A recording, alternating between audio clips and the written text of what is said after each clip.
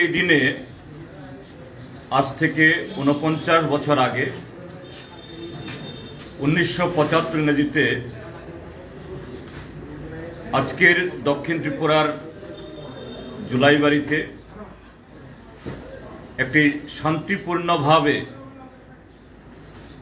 ককবরক ভাষার রাজ্য ভাষা হিসাবে স্বীকৃতি বা মর্যাদার দাবিসহ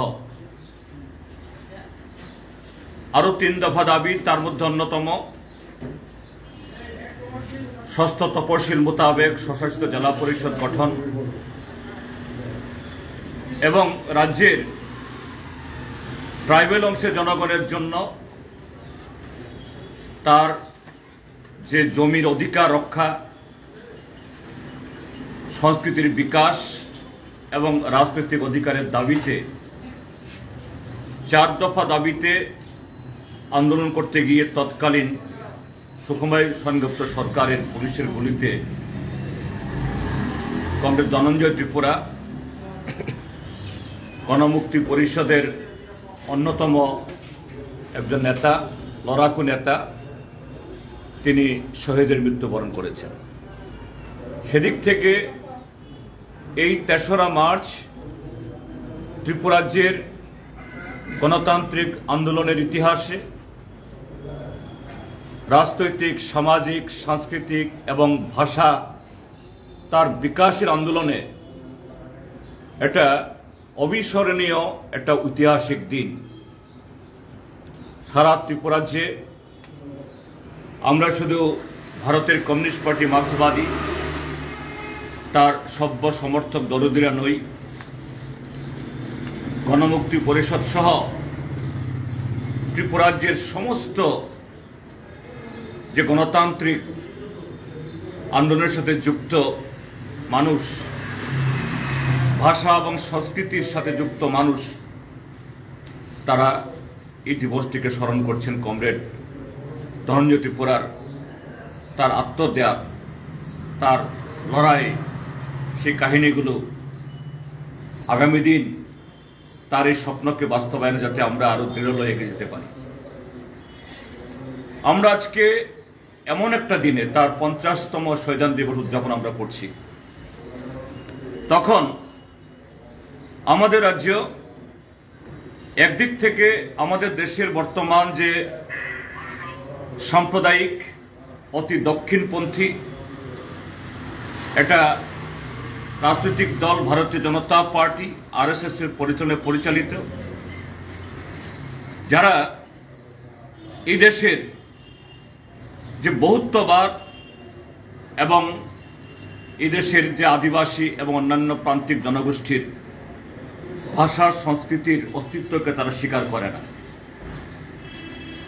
তাদের কুণ্ঠাসা করার জন্য, বিলুপ্ত করার জন্য নানা আইন, একদিক থেকে নাগরিকত্ব আইন, আরেক দিক থেকে অভিন্ন দেওয়ানি বিধি, এগুলো চালু করার চেষ্টা করছে।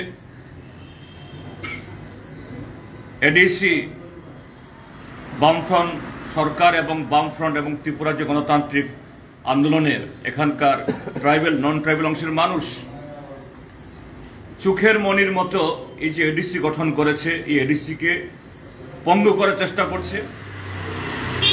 তারা আরো নানা কায়দায় এই রাজ্যের মানুষের অধিকার হরণ, ট্রাইবেলদের অস্তিত্ব বিলুপ্তির সমস্ত ধরনের ষড়যন্ত্র করে যাচ্ছে। একই সময়েতে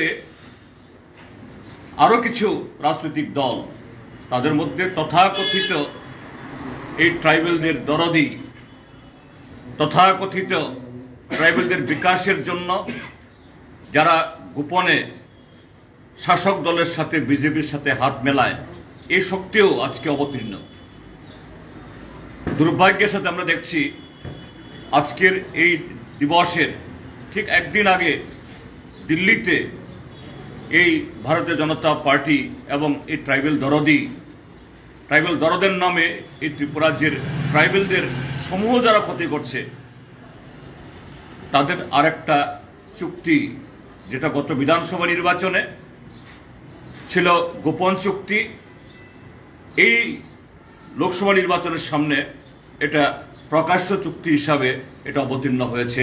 আরেক দফা শুধু ত্রিপুরার যে ট্রাইবাল অংশের জনগণ না, এডিসিকে ধ্বংস করা না, সারা দেশকে দখল করার বিজেপি আরএসএস এর যে ষড়যন্ত্র পরিকল্পনা, তার সাথে এই লোক দেখানো এবং ত্রিপুরার যে জনগণকে, ট্রাইবাল নন ট্রাইবাল সকলকে প্রতারিত করার জন্য সংগঠিত হয়েছে।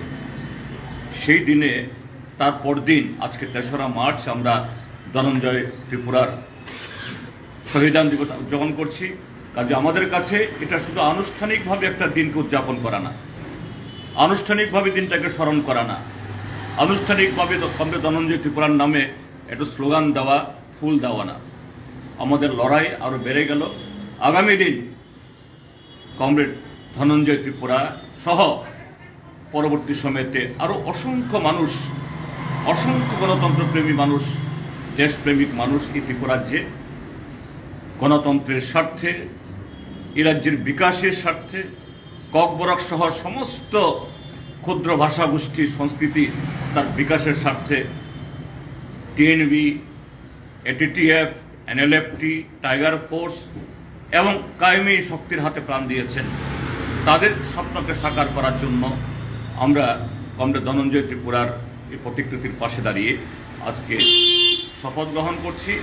আমাদের লড়াইকে আগামী দিন আরও বহুগুণ বাড়িয়ে এ রাজ্যে ধনঞ্জয়ের স্মৃতি তথা গণতন্ত্র এবং সমস্ত অংশের মানুষের অধিকার, এ রাজ্যের প্রান্তিক জনগোষ্ঠীর তার বিকাশের স্বার্থে আমাদের আন্দোলনকে আরও সামনের দিকে এগিয়ে নিয়ে যাওয়ার জন্য দৃঢ় হয়ে আমরা এগিয়ে যাব।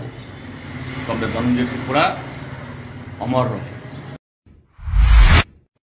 কিন্তু সবাই বলবে তোমার থেকে কম রোজগার করে, তোমার খারাপ লাগবে না? মোটেই না। ছেলে হীরের টুকরো। ছেলে হিরে, তুমি হিরো, তাহলে আমি কে?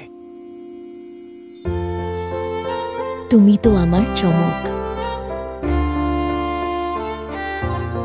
আমি তোমার চমক। কিসনা।